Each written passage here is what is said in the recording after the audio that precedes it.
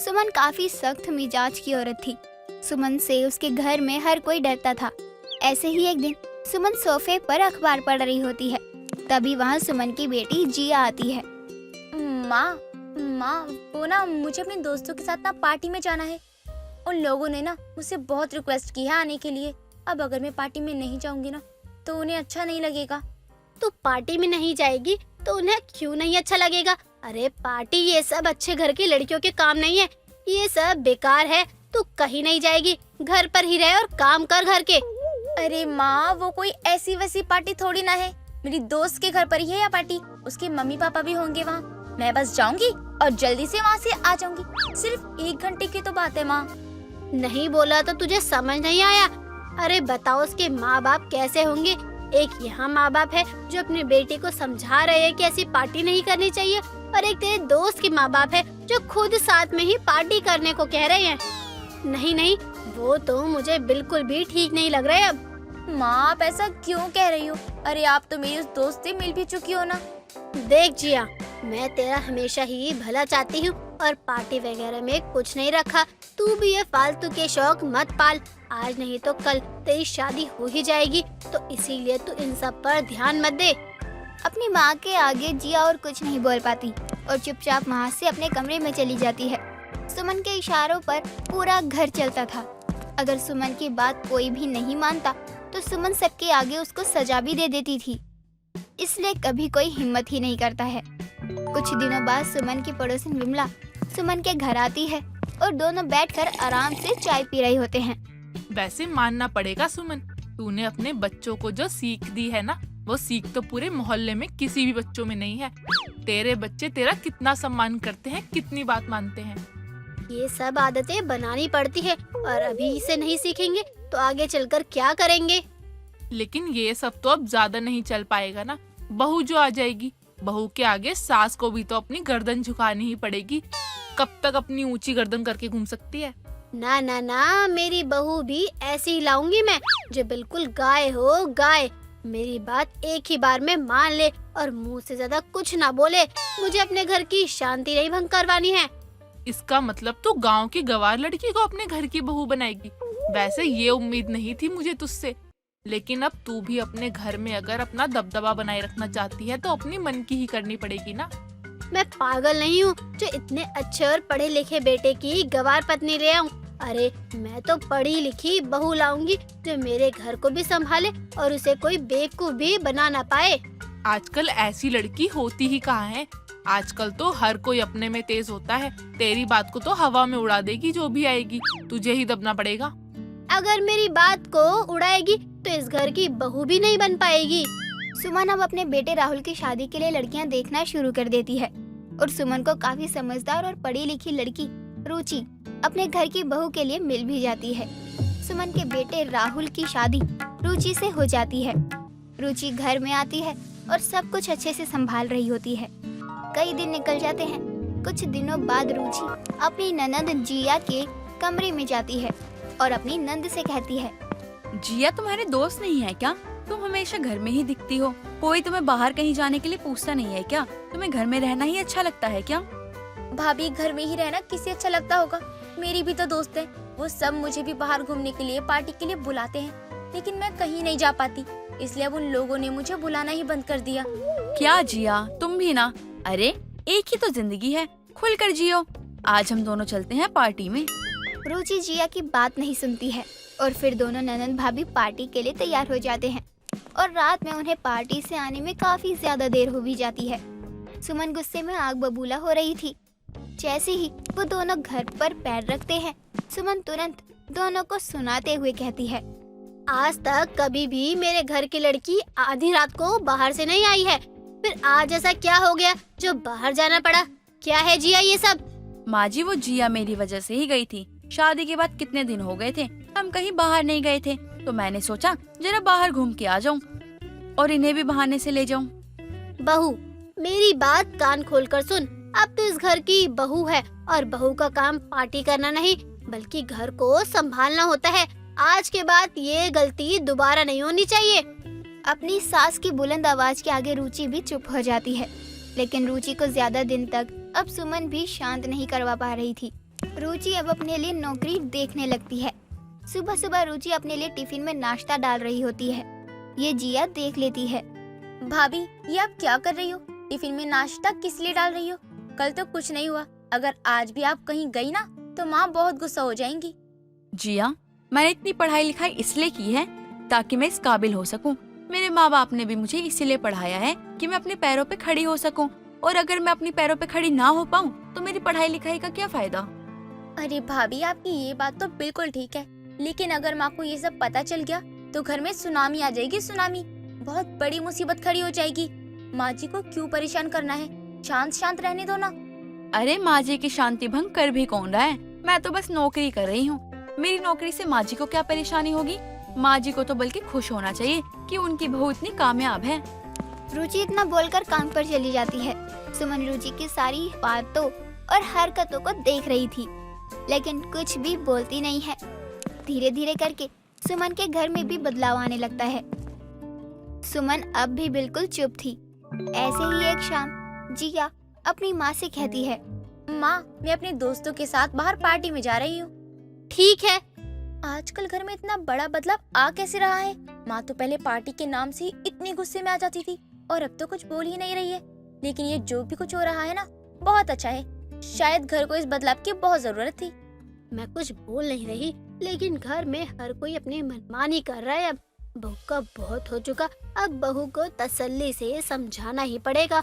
बहुत कर ली उसने अपनी मनमानी। सुमन अब बिल्कुल भी बर्दाश्त नहीं कर पा रही थी अपनी बहू की ये सब हरकतों को।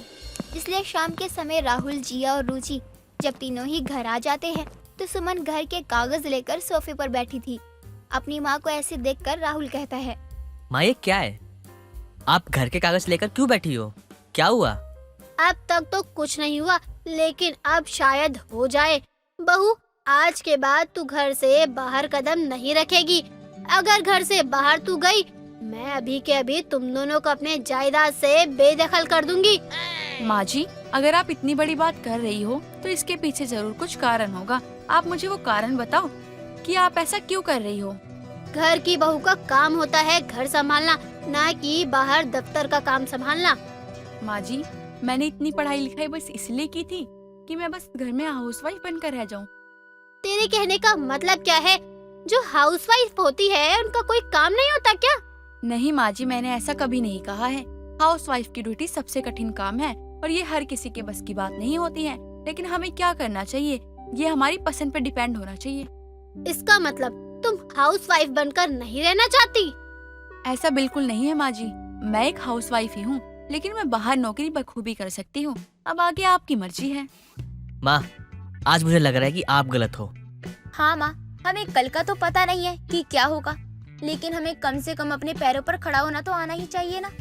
अपने बच्चों की जिद के आगे सुमन कुछ नहीं कहती है। फिर रुचि भी अपनी हाउसवाइफ की ड्यूटी के साथ साथ नौकरी भी अच्छे से करने लगती है। नेहा और महक बचपन से ही बहुत पक्की सहेली थी। वो कहीं भी जाती तो हमेशा साथ ही जाती थी। एक बार महक नेहा को उसके घर लेने जाती है और नेहा से कहती है, आज भी हम तेरी वजह से ही लेट हो रहे हैं। तुझे पता है ना, आज फेवरेट कॉन्सर्ट है और तूने उसमें भी लेट कर दिया हमें। यार, तू हमेशा क्यों लेट करती रहती है? कभी तो टाइम से आ जाया कर।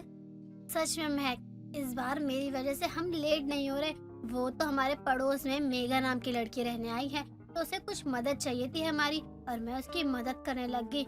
इसी चक्कर में लेट हो गई। चल कोई बात नहीं, अब लेट हो ही गई है तो क्या कर सकते हैं। लेकिन अब तो तू तैयार है ना? हाँ हाँ बिल्कुल, चल चलते हैं। महक और नेहा दोनों ही साथ में जाने लगती हैं। तभी नेहा के घर उनकी पड़ोसन की लड़की मेघा आ जाती है, जो तैयार हुई थी। मेघा उन दोनों से कहती है, माफ करना, मैंने आपको तकलीफ दी ना, लेकिन अब मैं यहाँ किसी काम से नहीं आई। अच्छा, किसी काम से नहीं आई हो तो फिर यहाँ क्यों आई हो? वो आज ना मेरी पसंद का कॉन्सर्ट है। वैसे तो ये कॉन्सर्ट लोगों को खास नहीं लगता, लेकिन मुझे बहुत पसंद है और इस कॉन्सर्ट की वीआईपी टिकट है मेरे पास। क्या तुम लोग चलोगे मेरे साथ? सॉरी, नेहा आज मेरे साथ कॉन्सर्ट में जा रही है। आप दोनों भी किसी कॉन्सर्ट में जा रहे हो क्या? आप कौन से कॉन्सर्ट में जा रहे हो? रामलीला मैदान में हमारे फेवरेट सिंगर का कॉन्सर्ट है। हम वहीं जा रहे हैं। अब तुम यहाँ हमसे बात करके हमारा टाइम खराब मत करो। वैसे भी हमें बहुत देर हो गई है जाने में। अरे उसी कॉन्सर्ट की वीआईपी टिकट है मेरे पास, और जो सिंगर तुम्हें बहुत अच्छा लगता है ना, वो मुझे भी बहुत पसंद है। सच में हम तीनों की तो वाइब मैच हो गई। मैं भी चली। जब तुम्हारे पास वीआईपी टिकट है तो क्यों नहीं जाएंगे? और तुमने तो हमें खुशी कर दिया ये बताकर कि सिंगर को तुम भी बहुत पसंद करती हो। चलो अब चलते हैं हम तीनों। महक और नेहा की बचपन की दोस्ती में अब जाकर एक और इंसान शामिल हुआ था और उन तीनों की दोस्ती धीरे धीरे बहुत गहरी हो जाती है।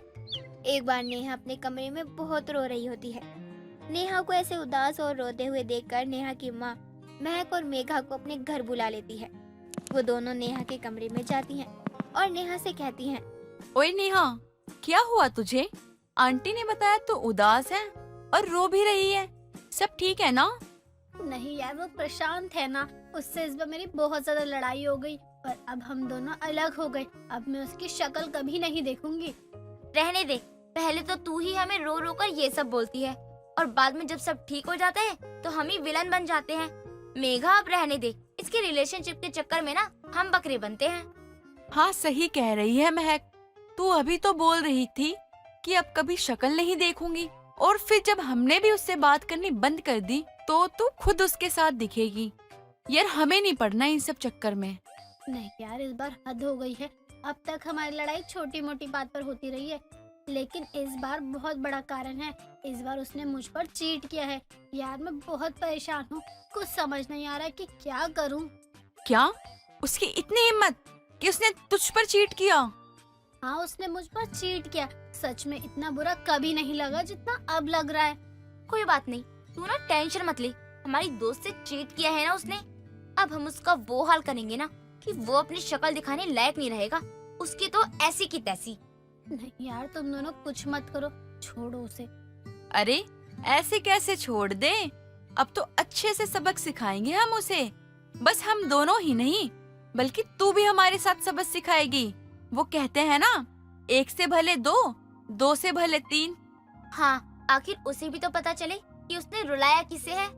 तीनों सहेली अब मिलकर प्लान बनाती हैं और नेहा के बॉयफ्रेंड प्रशांत का पीछा करने लगती हैं। प्रशांत रितु नाम की लड़की से मिलता है। यार वैसे प्रशांत की पसंद तो बहुत अच्छी है। देख तो मेघा, इतनी अच्छी लग रही है ना वो लड़की। वही तो, और कपड़े पहनने का तरीका भी अच्छा लग रहा है। मानना पड़ेगा प्रशांत को, सोन पापड़ी छोड़कर सीधा काजू कतली उठाई है। तुम दोनों यहाँ मेरी ही बुराई करने आई हो? अरे इतनी अच्छी लग रही है तो जाओ ना, बना लो उसे अपनी दोस्त। प्रशांत ने तो छोड़ दिया मुझे, तुम दोनों भी छोड़ दो ना। क्या यार नेहा, तू भी ना कितनी जल्दी गुस्सा हो जाती है। अब हमें जो लगा हमने वही कहा ना। अच्छी लग रही है लेकिन तेरे आगे बिल्कुल फीकी है। तू कहाँ और ये कहाँ। मेघा कपड़े बदलकर छोटी सी ड्रेस पहनकर प्रशांत के आगे जाती है और उसके कंधे पे हाथ रखकर बोलती है, ओह वाओ, तुम कितने हॉट हो यार। मैं आपको कब से नोटिस कर रही हूँ, आपसे तो मेरी नजर ही नहीं हट रही है। क्या आप अपना कीमती समय मुझे दे सकते हो? सॉरी मैडम, अभी मैं थोड़ा बिजी हूँ। यहाँ बहुत ज़रूरी बात कर रहे हैं हम दोनों। आप प्लीज़ हमें डिस्टर्ब मत करो, हमें थोड़ी देर के लिए अकेला छोड़ दो मैडम। ओह प्लीज, आप इतने हॉट लग रहे हो ना, मेरी तो आपसे नजर ही नहीं हट रही। और आप कह रहे हैं कि मैं आपको अकेला छोड़ दूं? क्या मैं आपको पसंद नहीं आई? प्लीज ना बेबी। प्रशांत, ये क्या है? मैं कब से देख रही हूँ तुम इसे इतने प्यार से बात कर रहे हो। एक तो पहले ही तुम्हारी बात से मेरा दिमाग खराब हो रहा है और अब ये यहाँ आकर मुझे और गुस्सा दिला रही है। ये कौन है? तुम तो बस मेरे साथ ही अच्छे लगोगे। तुम भी कहाँ इन लोगों के साथ बैठ रहे हो? आपको समझ नहीं आ रहा है क्या मैडम? मैं आपको कब से बोल रहा हूँ कि हमें अकेला छोड़ दो, लेकिन आप हो कि चिपक ही गई हो हमसे आकर के। आप यहाँ से खुद चली जाओ, वरना मुझे किसी को बुलाना पड़ेगा। प्रशांत की बात सुनकर मेघा वहाँ से चली जाती है और अपनी दोनों दोस्तों को बोलती है, यार ये तो मेरी तरफ देखता ही नहीं है। बताओ, मैं इतना तैयार होकर गई थी और ये है कि उस लड़की को देखने के लिए मरा जा रहा है। मैं बोल रही हूँ ना नेहा, पक्का उस लड़की ने इस पे कोई जादू किया है। ये सब तुम दोनों को मुश्किल लग रहा होगा, लेकिन मुझे नहीं। अभी तुम दोनों देखना, मैं जाऊंगी और उस प्रशांत को अपने ऊपर कैसे लट्टू करती हूँ। यार रहने दे, जब वो उस लड़की के साथ खुश है तो छोड़, हम घर चलते हैं। तू पागल है क्या नेहा? अभी अभी मैं अपनी बेइज्जती करवा के आई हूँ, अब महक को भी मौका दे। अपनी तरह लगाया है क्या मुझे? तू देख अब मैं क्या करती हूँ। महक अब प्रशांत और रिया के पास जाती है, जहाँ प्रशांत रिया से कहता है, तुम्हें पता भी है रिया, तुम्हारी वजह से क्या क्या हो गया है। अब बस बहुत हो चुका, अब तुम्हें सब बताना ही होगा, तभी सब कुछ ठीक हो सकता है। सही कहा तुमने, तुम्हारे लिए ये बेहतर नहीं है, बल्कि तुम्हारे लिए तो मैं बनी हूँ। चले हम कहीं फुल डेट पर चलते हैं, साथ में टाइम भी बिताएंगे, तुम्हें भी अच्छा लगेगा और मुझे भी। ये क्या हो रहा है मेरे साथ? भगवान, एक गलती की इतनी बड़ी सजा तो मत देना मुझे। यू नो व्हाट प्रशांत, तुम इसी के लायक हो, निकल जाओ और कभी मुझे अपनी शक्ल मत दिखाना।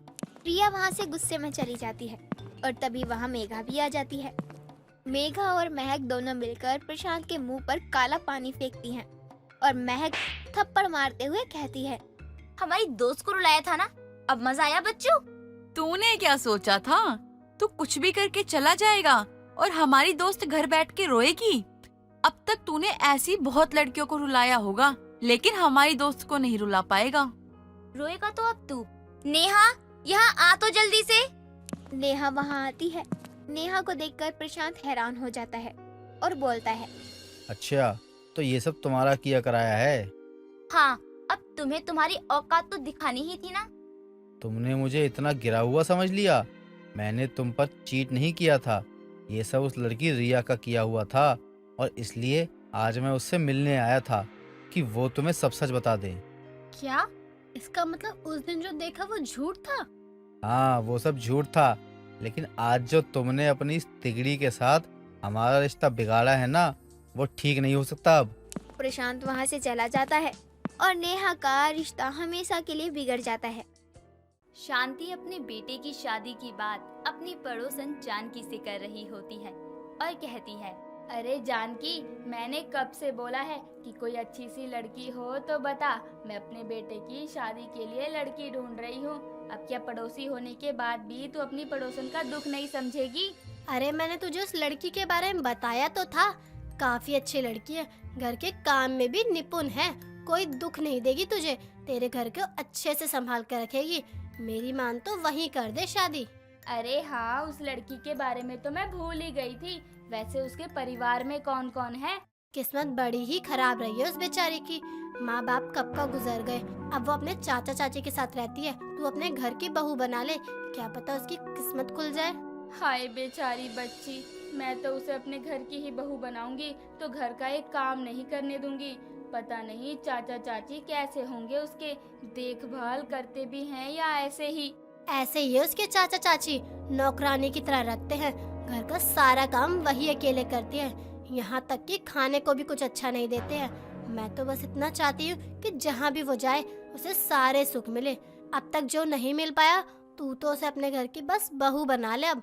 सही बोल रही है तू, मैं कल ही जाकर उसके परिवार वालों से बात करती हूँ और रिश्ता पक्का करके आती हूँ। मैं तो चाहती हूँ कि मेरे बेटे की शादी एक अच्छी लड़की से हो जाए। हाँ हाँ बिल्कुल, तुझे वो लड़की बहुत पसंद आएगी, मैं अच्छे से जानती हूँ। वो तेरे परिवार को बिल्कुल अपने परिवार की तरह रखेगी, कोई भी कमी नहीं होने देगी। बस फिर मुझे और क्या चाहिए? मेरी बहू मेरे घर को अच्छे से संभाल ले, हमें अपना माने, बस सब खुशी से रहे। मेरी तो खुशी इसी में है ना। अच्छा, अगले दिन ही शांति अपने बेटे की शादी के लिए बात करने चली जाती है। वहाँ जाने के बाद शांति को स्वाति बहुत ही अच्छी लगती है और वो रिश्ते के लिए मान भी जाती है। कुछ ही दिनों बाद शांति अपने बेटे की शादी स्वाति से करवा देती है। शादी के बाद स्वाति अपने ससुराल वालों का बहुत अच्छे से ध्यान रखती है। ऐसे ही एक दिन स्वाति अपने कमरे में बैठी होती है, तभी उसका पति वैभव उसके पास आता है। ये क्या कर रहे हो? माँ जी घर में ही है, अगर वो देख लेंगी तो राई का पहाड़ बना देगी। पीछे हटिए आप। माँ देख लेंगी तो क्या हो जाएगा, हम पति पत्नी है और ये हमारा कमरा है, हम कुछ भी करें। अरे पति पत्नी तो हैं, लेकिन मैं इस घर की बहू भी तो हूँ। अच्छा नहीं लगता ना अगर ऐसे माँ जी हमें देख ले। बताओ क्या सोचेंगे वो भी, और मुझे भी बहुत काम करने हैं घर के। अच्छा, तो अब तुम्हें काम करना है, कोई बात नहीं, काम कर लो। लेकिन हाँ, मैं अभी बता देता हूँ, मैंने हम दोनों के लिए ना टिकट बुक कर दी है। हम दोनों घूमने जा रहे हैं कुल्लू मनाली। ठीक है, छुट्टी के लिए मैंने बोल दिया है। क्या कुल्लू मनाली? लेकिन माँ जी घर में अकेले क्या करेंगी? मेरा मन नहीं है जाने का। अरे मुझे अब कुछ नहीं सुनना है, शादी हो गई है हमारी, कुछ समय अकेले हमें भी तो मिलना चाहिए ना। और तुम हो कि कह रही हो मेरा मन ही नहीं है। मैंने बोल दिया है ना, जा रहे हैं मतलब जा रहे हैं। वैभव की ये बात शांति सुन लेती है। ये सब सुनकर शांति खुद से बात करते हुए कहती है, जब से मेरी बहू आई है तब से मेरा बेटा मेरा ही नहीं रहा। हर बात में वो अपनी बीवी से बात करने लगता है। अब कुल्लू मनाली भी लेकर जा रहा है उसे, और मुझे बताना भी जरूरी नहीं समझा। बहू के आते ही बेटे ने रंग बदलना शुरू कर दिया। मुझे कुछ तो करना होगा बहू को काबू में रखने के लिए।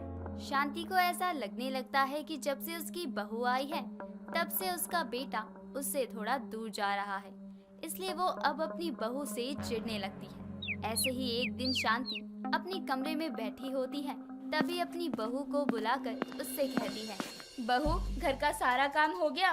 जी माँ जी, मैंने सारा काम कर दिया। अब आप ये बता देना शाम को खाना क्या बनाना है, मैं वो भी बना दूंगी। अभी शाम के खाने में वैसे भी ज्यादा समय है तो आराम से बनाऊंगी मैं। बहू ज्यादा आराम करने की जरूरत नहीं है। अगर घर का काम हो गया है तो एक काम कर, घर के पर्दे और चादर धो दे। काफी समय हो गया है धुले नहीं है, गंदे हैं बहुत, जा जाकर धो दे। माँ जी अभी कैसे? मैं कल सुबह कर दूंगी ना, अभी तो शाम होने को है और धूप भी तो चली गई होगी। बहू बहाने मत बना, जो काम बोला है वो जाकर कर। जब देखो काम से बचने के बहाने बनाती रहती है। माँ जी आप इतने गुस्से में मुझसे बात कर रही हो, मुझसे कोई गलती हो गई है क्या? बहू गलती तो मुझसे हुई है जो मैंने तुझे अपनी बहू बना लिया। इतनी देर हो गई है, एक काम बोल रही हूँ लेकिन अब तक किया नहीं जा रहा है, वो भी तुझसे यहाँ खड़ी होकर तू मुझसे बहस कर रही है। ठीक है माँ जी, आप गुस्सा मत करो, मैं अभी जाकर पर्दे और चादर धो देती हूँ।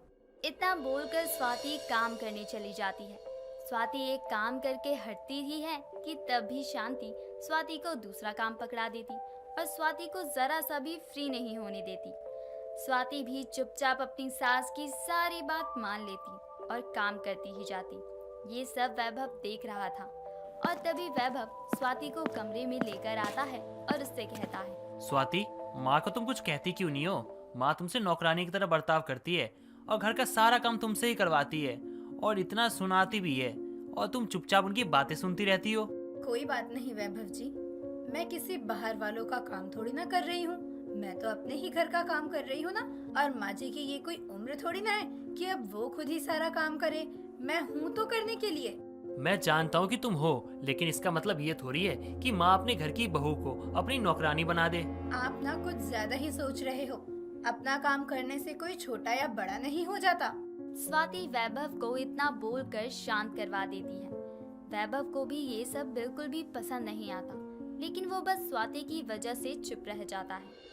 अब शांति आए दिन अपनी बहू को नौकरानी बहू की तरह रखती, सारे घर का काम करवाती, एक पल का आराम नहीं देती। धीरे धीरे कई दिन निकल गए, लेकिन शांति के स्वभाव में कोई भी परिवर्तन नहीं आता। कुछ दिनों बाद शांति अपने कमरे में आराम कर रही होती है, तभी वो अपनी बहू का काम बढ़ाने के लिए उससे चाय मंगवाती है। और थोड़ी देर में जब स्वाति चाय लेकर आती है तो शांति चाय पीते पीते जानबूझकर चाय को गिरा देती है और उससे कहती है, अरे बहू जरा पोछा लगा दे, चाय गिर गई है, और हाँ एक कप चाय और बना दे। जी माँ जी, मैं आपके लिए चाय ले आती हूँ। वो पहले की चाय भी अभी बची हुई है, उसको गर्म करके ला दूँ क्या?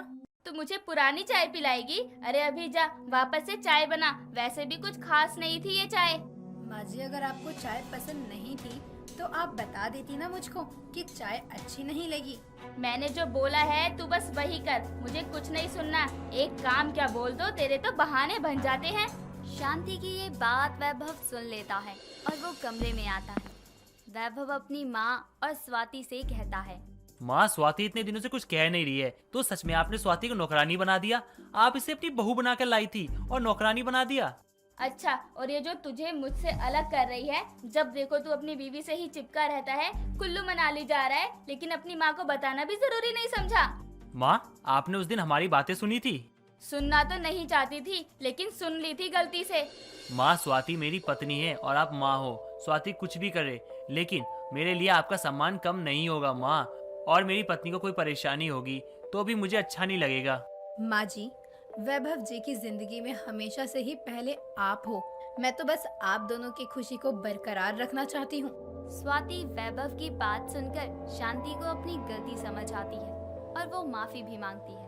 उसके बाद शांति कभी भी अपनी बहू को नौकरानी की तरह नहीं रखती। किशन चंद अपने मालिक रविदास की बड़ी सी हवेली में ड्राइवर का काम किया करता था। ऐसे ही एक शाम जब किशन अपने मालिक रविदास को उसकी कंपनी से वापस हवेली लेकर आता है, तो घर आने पर रविदास की पत्नी मालती उससे कहती है, सुनिए जी, मनोहर भाई साहब का फोन आया था। इन सर्दियों की छुट्टी में वो हमें अपने फार्म हाउस बुला रहे हैं। कह रहे थे कुछ समय दोनों परिवार साथ में बिताएंगे। उनका फार्म हाउस तो दूर है और इतने दूर के सफर पर जाएंगे तो 1-2 दिन में तो वापस नहीं आएंगे। ऐसा करते हैं 2 हफ्तों के लिए चलते हैं, बच्चे भी खुश हो जाएंगे। हाँ, आपने ये सही कहा, कल ही चलते हैं। ठीक है, मैं किशन को छुट्टी दे देता हूँ। सफर बड़ा है तो आधे रास्ते में ड्राइव कर लूँगा, आधे रास्ते अमन कर लेगा।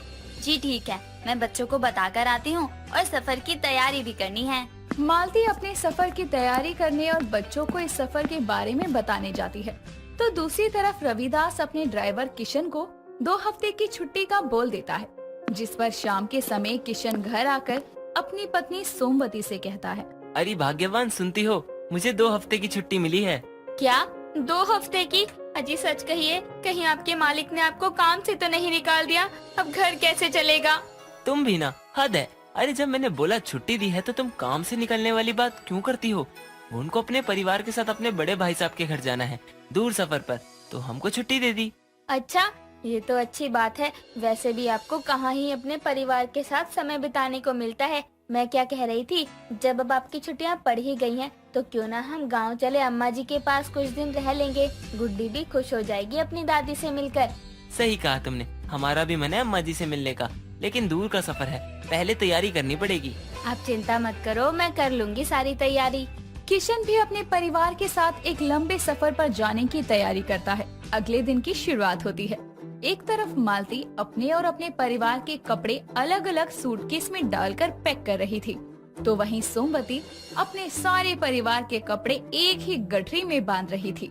हवेली में मालती को सूटकेस पैक करते देखकर रविदास उससे कहता है, अरे मालती, तुम ज्यादा कपड़े मत डालना, वहाँ का मौसम कैसा है कैसा नहीं हमें क्या पता, इसलिए कुछ जरूरत होगी तो हम वहीं कुछ कपड़े खरीद लेंगे, क्या यहाँ से लेकर जाएं? ये भी ठीक है, फिर इस हिसाब से तो सारी पैकिंग हो गई। वहीं सोमवती को गठरी में कपड़े बांधते देखकर उसकी बेटी गुड्डी और पति बोलते हैं, माँ जरा गर्म कपड़े भी निकाल लेना, अम्मा जी के घर पे बहुत ठंड लगती है, और सफर के लिए कंबल भी रख लेना। हाँ, लंबा सफर है, कुछ भी रह न जाए वरना दिक्कत हो जाएगी। और खाने का क्या इंतजाम है? खाने के लिए हम पकोड़े, पराठे, भाजी बनाने की तैयारी कर रहे हैं। बाकी मीठे में लड्डू बनाए हैं, अम्मा जी को पसंद है। रास्ते में हम खा भी लेंगे और बाकी के उनके लिए ले जाएंगे। अरे वाह माँ, अब हुई ना सफर की असली तैयारी। सोमवती सारे कपड़े और सामान गठरी में बांध देती है, जिसके बाद वो सफर के लिए खाना बनाने जाती है। तो वहीं मालती अपने बच्चों को आवाज देकर बुलाकर कहती है, रिया और अमन, बेटा जल्दी से नीचे आकर नाश्ता कर लो, फिर हमें निकलना भी है। मालती के दोनों बच्चे एकदम नॉर्मल से कपड़े पहनकर नीचे नाश्ते की टेबल पर आते हैं और एक एक ब्रेड और जूस का ग्लास लेकर नाश्ता करने बैठते हैं। कुछ देर में रविदास भी नाश्ता करने आता है और सभी नाश्ता करने के बाद निकलने के लिए तैयार होते हैं। तभी रविदास बोलता है, मालती जी, आपने कुछ खाने पीने का तो पैक नहीं किया ना? नहीं जी, और वैसे भी रास्ते में इतने रेस्टोरेंट पड़ेंगे, जब भूख लगेगी तो कहीं रुक कर खा लेंगे। हाँ, मैं भी यही कहने वाला था। अमन बेटा, चलो सामान गाड़ी में रखवाओ, फिर निकलते हैं हम।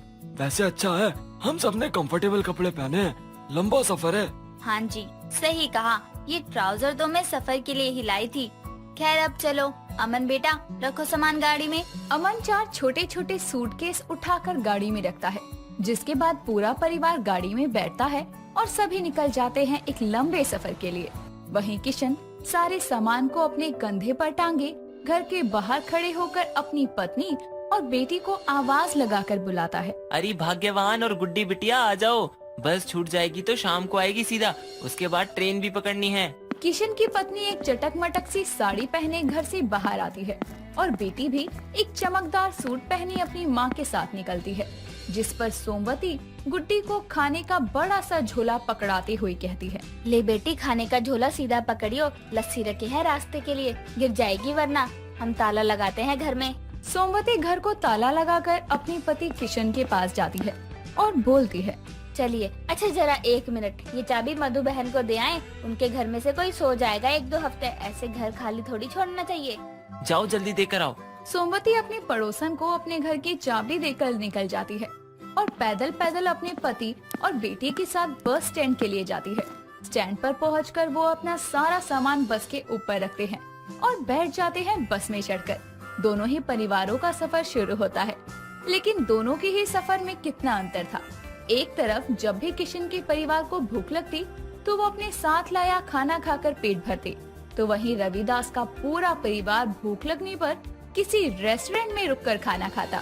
ऐसे ही बस से रेलवे स्टेशन पहुंचकर किशन अपने परिवार को साइड खड़ा करके टिकट खरीदने के लिए लंबी सी लाइन में लगता है, जहां से 3 टिकट लेने के बाद वो प्लेटफॉर्म पर जाकर कहता है, चलो अब गाड़ी आने वाली है, फिर हम सीधा सुबह अपने गाँव उतरेंगे। चलिए, बहुत थक गए हैं हम तो, इतने में ही गाड़ी में जाकर थोड़ा आराम मिलेगा, फिर जो पराठे हमने बांधे थे वो सब बैठकर खाएंगे। किशन का परिवार इतने लंबे सफर पर बस और ट्रेन के सहारे निकला था, तो वहीं रविदास अपने परिवार के साथ गाड़ी में आराम से जा रहा था, जहां वो आधा रास्ता तय करने के बाद अपने बेटे से कहता है, अमन बेटा, चलो अब जरा तुम कुछ देर गाड़ी चला लो, मैं थोड़ी सी नींद ले लेता हूँ पीछे की सीट पर।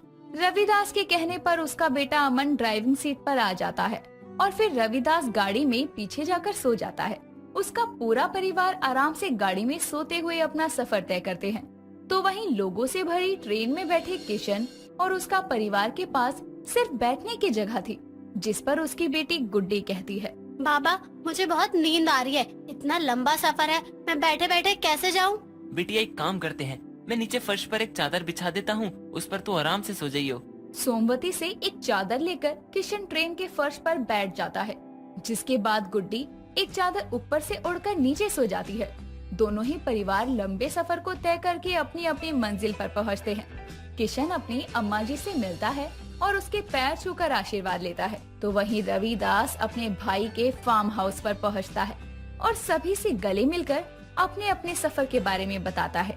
दोनों ही अपने अपने रिश्तेदारों के 2-2 हफ्ते बिताते हैं और फिर एक लंबा सफर तय करके वापस आ जाते हैं। और जब अपने गांव से आने के बाद किशन अपने काम पर अपने मालिक के पास आता है, तो वहाँ रविदास किशन से कहता है, अरे किशन, मैंने तुझे कल आने को बोला था काम पर, तो तू एक दिन लेट क्यों आया है? वो मालिक, हम भी जरा अपने गांव सफर पर निकल गए थे इन छुट्टियों में, तो ट्रेन रद्द होने की वजह से एक दिन देरी से आए घर, माफ करना। अरे कोई नहीं, और कैसा रहा सफर? बस मालिक, गरीब का सफर थकान भरा होता है। आप बताइए, अच्छे से घूम आए ना आप सब? हाँ, आराम से गए, आराम से आए। बच्चा भी खुश होगा इस 2 हफ्ते के वैकेशन से। अच्छा चलो, अब कुछ देर में ऑफिस के लिए निकलना है, गाड़ी धो लो जरा, जब तक मैं तैयार होकर आता हूँ। जी मालिक। गरीब और अमीर दोनों के ही सफर में भले ही समानता न हो, लेकिन सफर की यादें दोनों के लिए ही खास होती हैं। इसी के साथ इस कहानी का सफर भी यहीं खत्म होता है। विकासपुर गांव में नैना अपने ससुराल में बड़ी ही दुखी होकर अपना जीवन गुजार रही थी, क्योंकि वो गरीब घर से थी। साथ ही उसकी शादी होते ही उसके पति की मृत्यु हो गई थी, इसीलिए लोग उसको कुलच्छनी कहकर बुलाते थे। ऐसे ही एक दिन नैना की जेठानी नीतू, अरे ओ कुलक्षणी, कहाँ मर गई आज? जी दीदी। दीदी की बच्ची, आज मैं तुझे नहीं छोड़ूंगी। पर दीदी मैंने क्या किया है? तू गरीब भिखारन मुझसे सवाल कर रही है कि आखिर तूने किया क्या है? रुक, तुझे बताती हूँ। इस तरह से नीतू नैना को खींचकर बाथरूम तक ले जाती है और उसको कपड़े दिखाते हुए बोलती है, देख ले कलमुही, देख ले क्या है ये। अरे कल शाम को मैंने इन कपड़ों को पानी में डुबाया था, लेकिन एक तू है कि अभी सुबह के 10 बज गए, लेकिन तूने इनको धोने का नाम नहीं लिया। दीदी मैंने कल ही सारे कपड़े धोए थे और इनमें से तो काफी हद तक वो कपड़े हैं जो मैंने कल ही धोए थे। अच्छा जी, तो अब तू मुझसे जमा लड़ाएगी? वाह रे जमाना, एक तो विधवा, ऊपर से गरीब, और इसकी जुबान देखो कैसे कैची की जैसे चल रही है। आज तो तुझे नहीं छोड़ूंगी। इतना बोलकर अब नीतू नैना के ऊपर जुल्म ढाने लगती है। लेकिन तभी वहाँ पर नीतू का बेटा, जिसका नाम रेयान था, आता है और अपनी माँ का हाथ पकड़कर बोलता है, माँ ये क्या कर रही हो आप? अरे भला आप चाची पर हाथ कैसे उठा सकती हो? बेटा तो हट जा, समझा? तू हम दोनों के पीछे मत आ। पर क्यों माँ? मैं आप लोगों के बीच में क्यों ना आऊँ? हमेशा से देखता आया हूँ, पापा ने, आपने और भैया ने सबने मिलकर चाची पे बहुत जुल्म किए हैं। आखिर क्यों माँ? बेटा जिसको तू चाची चाची कहकर बुला रहा है ना, वो असल में डायन है, डायन। अरे तुझे पता भी है, जब ये शादी करके आई थी ना, तब तेरे चाचू ज्यादा समय तक जिंदा नहीं रहे। एक तो ये गरीब थी और ऊपर से हम पर बोझ बढ़ने लगी। लेकिन जब हमें ये खबर लगी कि कुलक्षणी माँ बनने वाली है, तो हमने सोचा चल कोई बात नहीं, गरीब और विधवा ही है तो क्या हुआ, इसको हम अपने टुकड़ों पर पाल लेंगे। अरे भाई चाहे जैसा भी है तो हमारे घर की बहू ही।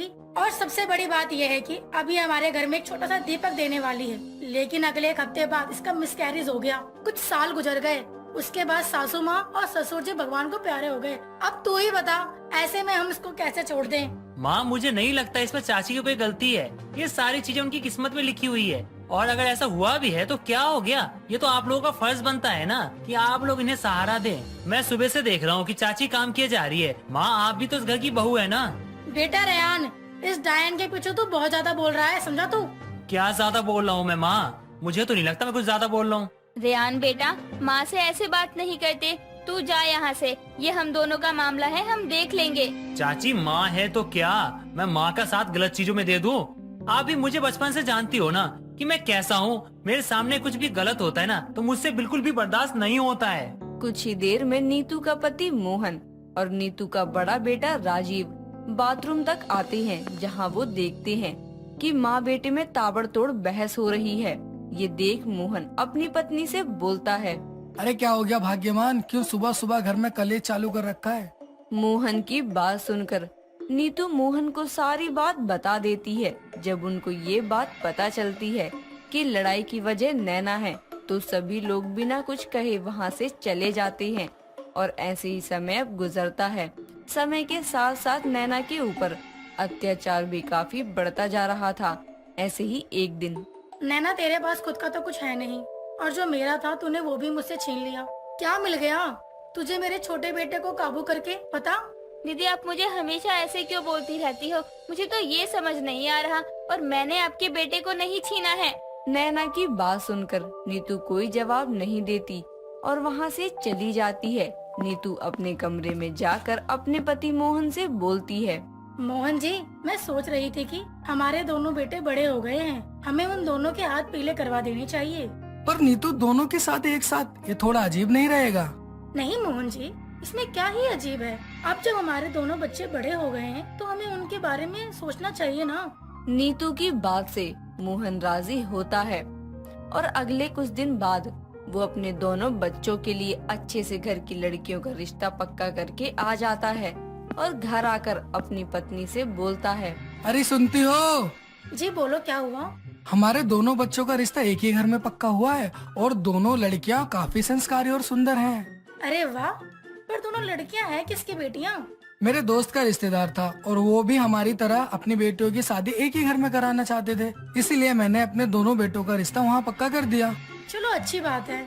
इस तरह राजीव और रेयान की कुछ दिनों बाद शादी हो जाती है। राजीव की पत्नी राधा राजीव की तरह ही घमंडी और बदतमीज थी, तो वहीं रेयान की पत्नी शांति रेयान के जैसे और अपने नाम की तरह ही शांत स्वभाव और तमीजदार थी। ऐसे ही एक दिन राधा नैना के पास आती है और उससे बोलती है, चाची जी, आप अब से किचन में रहा करेंगी। पर क्यों बहू? मुझसे क्यों का जवाब मत मांगना, क्योंकि मैं क्यों का जवाब नहीं देना चाहती। राधा नैना को उल्टा जवाब दे ही रही थी, तभी वहाँ पर शांति आ जाती है और राधा को अपनी चाची से बात करते हुए बोलती है, दीदी आप चाची से ऐसे कैसे बात कर रही हैं? क्या कैसे बात कर रही हूँ मैं? मुझे जो कहा गया था मैं वही समझा रही थी, लेकिन एक ये है, इनको मेरी बात समझनी ही नहीं है। समझाने का तरीका अलग अलग होता है, और आप चाची को ऐसे भी क्या समझा रही हो जो चाची समझ नहीं पाई। मम्मी जी ने कहा है कि चाची जी आपसे किचन में ही रहेंगी, और क्यों वो मुझे नहीं पता। मुझे जो कहा गया वो मैंने इनको बोल दिया। बहुत मम्मी जी का पक्ष लेती फिरती हो ना आप, तो एक चीज मम्मी जी के कानों में जाकर बोल देना कि शांति बोल रही थी कि चाची अपने रूम को छोड़कर कहीं नहीं जाएगी। अब क्या था, राधा नीतू के पास जाती है और वो अपनी सास को ठीक वैसा ही बोलती है जैसे शांति ने उससे कहा। ये सुनने के बाद नीतू अपने सर पर हाथ रखकर बोलती है, हे भगवान, एक कम था, जो एक और आ गई नैना का पक्ष लेने के लिए। पता नहीं आखिर ये लोग अपने गरीब चाचे का पक्ष लेते ही क्यों हैं? इसका कुछ तो करना होगा, नहीं तो ये मेरे घर में अपने पैरों को ऐसे फैलाकर बैठने के साथ इस घर में ऐसे चिपक जाएगी जैसे लकड़ी में दीमक लगता हो। नीतू अपना दिमाग लगा, आखिर क्या करना चाहिए इस औरत के साथ। अरे बहू, तू भी तो कुछ सोचना, नहीं तो तुझे कुछ नहीं मिलेगा इस घर में। अरे मम्मी जी, अगर गरीब चाची को सबक सिखाना है तो आप उनको घर से बाहर क्यों नहीं निकाल देती? जब वो घर से बाहर हो जाएंगी तो अपने आप ही ये घर आपका हो जाएगा और मेरा भी तो।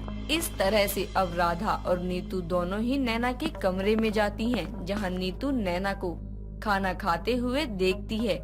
नीतू उसके हाथ से उसका खाना छीनकर फेंक देती है और उसके बालों को पकड़कर उसको घर से बाहर निकालते हुए बोलती है, तूने मेरा घर तोड़ दिया, इसलिए मैं तुझे यहाँ रहने नहीं दूंगी। अब तू यहाँ पर नहीं रहेगी, चल निकल। घर में शोर सुनकर अब रेयान और शांति भी बाहर आती हैं, जहां वो अपनी गरीब चाची के साथ इस तरह का बर्ताव देख हैरान हो जाती हैं।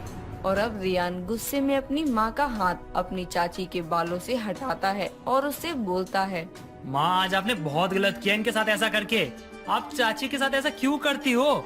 इसलिए क्योंकि वो गरीब है? इसलिए क्योंकि उनका साथ देने वाला कोई नहीं है? तू हट जा रेहान, इसकी वजह से तू मुझसे दूर हो गया और ये आराम से अपने कमरे में बैठकर खाना खा रही थी। इसको मैं अब और इस घर में बर्दाश्त नहीं कर सकती। नीतू की बात सुनते ही शांति समझ जाती है कि नीतू ने नैना को खाने भी नहीं दिया। अब क्या था, शांति पहली बार अपनी सास से गुस्से में बोलती है, मम्मी जी, ऐसी कौन सी नफरत जाग उठी आपको चाची जी से, जो आपने उनको खाना भी नहीं खाने दिया? आप उनसे चिढ़ती है ये जानती थी मैं, लेकिन कम से कम आप उनको 2 वक्त की रोटी चैन से तो खाने दो। नहीं, अब खाना क्या, इसको मैं इस घर में रहने भी नहीं दूंगी। शांति से खाना खाने तो दूर की बात है। ठीक है माँ, आप रहो अपने पति और बेटे के साथ और अपनी बहू के साथ, क्योंकि अगर चाची यहाँ नहीं रही ना तो मैं भी यहाँ नहीं रहूँगा। और अगर ये यहाँ नहीं रहे ना तो मैं भी नहीं रहूंगी और अपने पति के साथ चली जाऊंगी। नीतू उन दोनों की बात नहीं मानती और उसको घर से निकालने की जिद पर अड़ी रहती है। उसकी जिद देखकर अब रेयान और शांति भी घर छोड़कर अपनी गरीब चाची के साथ चले जाते हैं। दोस्तों, अगर आपको ये कहानी पसंद आई तो इसे लाइक करें, शेयर करें और कमेंट करके बताएं कि कहानी में आपको सबसे अच्छा क्या लगा।